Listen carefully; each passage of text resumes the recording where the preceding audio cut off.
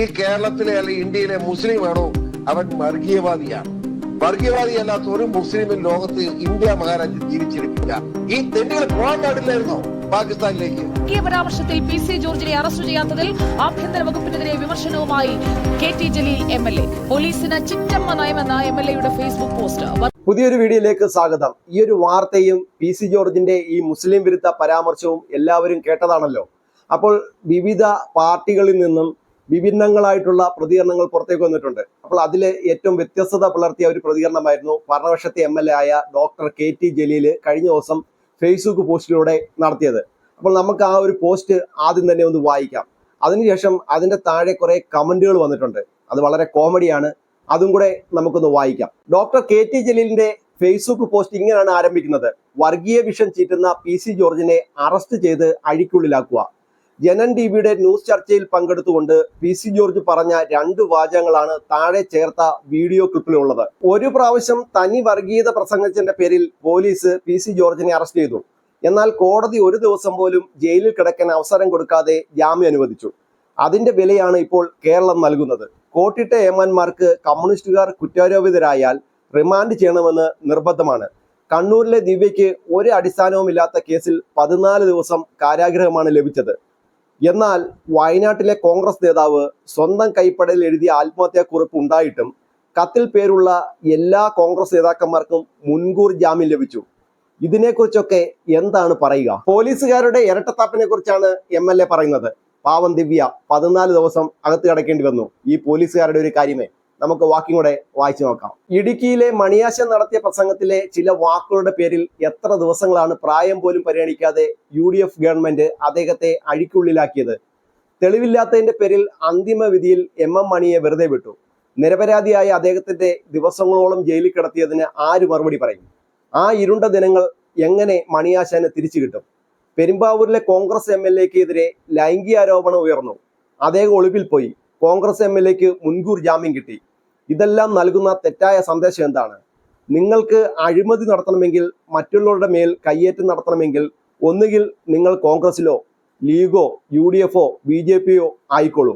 Communist പാർട്ടിയുടെ 4 അയലത്ത് പോലും നിൽക്കരുത് എന്നല്ലേ? പി സി ജോർജിനെ സർക്കാർ അറസ്റ്റ് ചെയ്താലും കോട്ടിട്ട ഏമാന്മാരും ഏമാത്തികളും സഹായഹസ്തം നീട്ടാൻ കണ്ണിൽ എണ്ണയൊഴിച്ച് കാത്തിരിക്കുകയാണ്. ഈ ചിറ്റമ്മ നയം ബന്ധപ്പെട്ടവർ മാറ്റിയില്ല എങ്കിൽ കേരളവും വർഗീയ വിഷപ്പുകയിൽ വീർപ്പുമുട്ടും. വർഗീയതയുടെ തീ നാട് മുഴുവനും പടരും. പി സി ജോർജിനെതിരെ ശക്തമായ നടപടികൾ എടുക്കുവാൻ ആഭ്യന്തര വകുപ്പ് മുന്നോട്ട് വരണം. അത് ഉണ്ടായില്ല എങ്കിൽ അതേ ഭാഷയിൽ ആരെങ്കിലും അതിനോട് പ്രതികരിച്ചാൽ കേരളം അക്ഷരാർത്ഥത്തിൽ ഒരു ഭ്രാന്താലയമാകും. നാം നേടിയെടുത്ത നേട്ടങ്ങളുടെ ഗരിമ മങ്ങും. കേരളത്തിന്റെ സൽപ്പേര് തകരും. മലയാളികൾ ആർജിച്ച മതനിരപേക്ഷ മനസ്സ് നഷ്ടമാകും. കേരം തിങ്ങും കേരള നാടിന്റെ തല താഴും.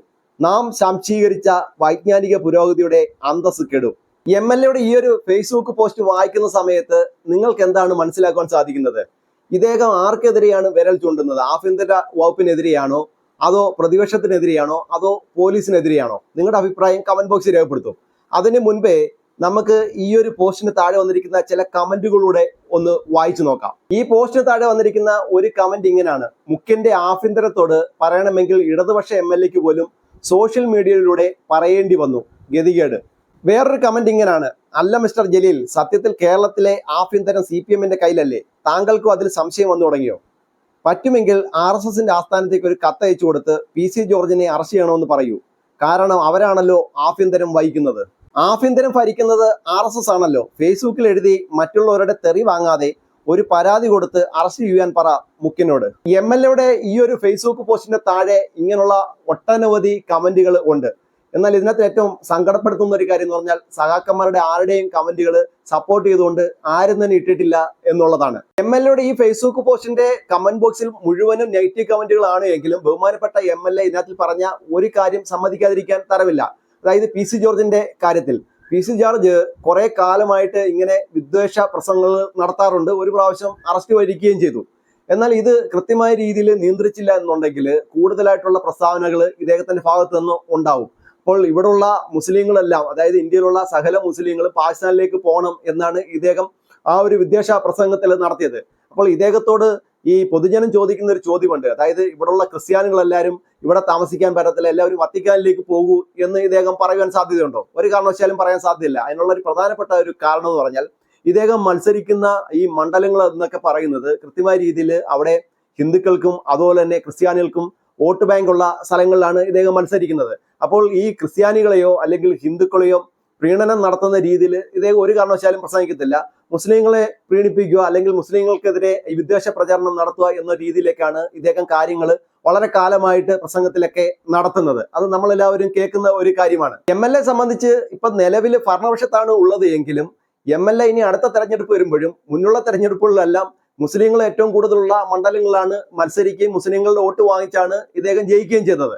അപ്പോൾ ഇത്തരത്തില് മുസ്ലിങ്ങൾക്കെതിരെ ഒരു പരാമർശം PC ജോർജ് നടത്തുന്ന സമയത്ത് ഒരു ഫേസ്ബുക്ക് പോസ്റ്റ് വഴിയെങ്കിലും ഒരു പ്രതികരണം നടത്തിയില്ല എങ്കിൽ നിലനിൽപ്പില്ല എന്നുള്ള കാര്യത്തിൽ യാതൊരു വിധമായിട്ടുള്ള തർക്കവുമില്ല. ഈ ഒരു ഫേസ്ബുക്ക് പോസ്റ്റിന് താഴെ ഇത്രയധികം നെഗറ്റീവ് കമന്റ് വരുവാനുള്ള ഒരു പ്രധാനപ്പെട്ട കാരണം എന്ന് പറഞ്ഞാൽ ഭരണപക്ഷത്തെ തലോടുകയും അതുപോലെ തന്നെ പ്രതിപക്ഷത്തെ കുറ്റപ്പെടുത്തുകയും എന്നാൽ ഭരണപക്ഷം ചെയ്യേണ്ട കാര്യത്തെക്കുറിച്ച് ചൂണ്ടിക്കാണിക്കുകയും ചെയ്തതുകൊണ്ടാണ്. അപ്പോൾ PC ജോർജിന്റെ ഇത്തരമുള്ള പ്രസ്താവനകളൊക്കെ നിർത്തേണ്ടതാണ്. അതിന് യാതൊരു വിധമായിട്ടുള്ള തർക്കവുമില്ല. ഇവിടെ ഇങ്ങനെ മതങ്ങളെ കൂട്ടിയടിപ്പിച്ച് മുന്നോട്ട് പോകുക എന്നുള്ളത് ഏത് രാഷ്ട്രീയ പാർട്ടികൾ ചെയ്താലും അത് ശരിയായ കാര്യമല്ല. ഇവിടെ മതപരമായിട്ട് വളരെ സൗഹാർദ്ദപരമായിട്ട് പോകുന്ന ഒരു സംസ്ഥാനമാണ്, മറ്റുള്ള ഉത്തരേന്ത്യൻ സംസ്ഥാനങ്ങൾ അടക്കമല്ല. അപ്പോൾ ആ രീതിയൊന്നും ഇവിടത്തുള്ള പൊതുജനങ്ങൾ ഒരു കാരണവശാലും അംഗീകരിക്കില്ല എന്നുള്ള കാര്യത്തിൽ യാതൊരു വിധമായിട്ടുള്ള തർക്കവുമില്ല. MLA യുടെ ഈ ഒരു ഫേസ്ബുക്ക് പോസ്റ്റിനെ കുറിച്ച് നിങ്ങളുടെ അഭിപ്രായം എന്താണ്? നിങ്ങളുടെ അഭിപ്രായം കമന്റ് ബോക്സിൽ രേഖപ്പെടുത്തൂ.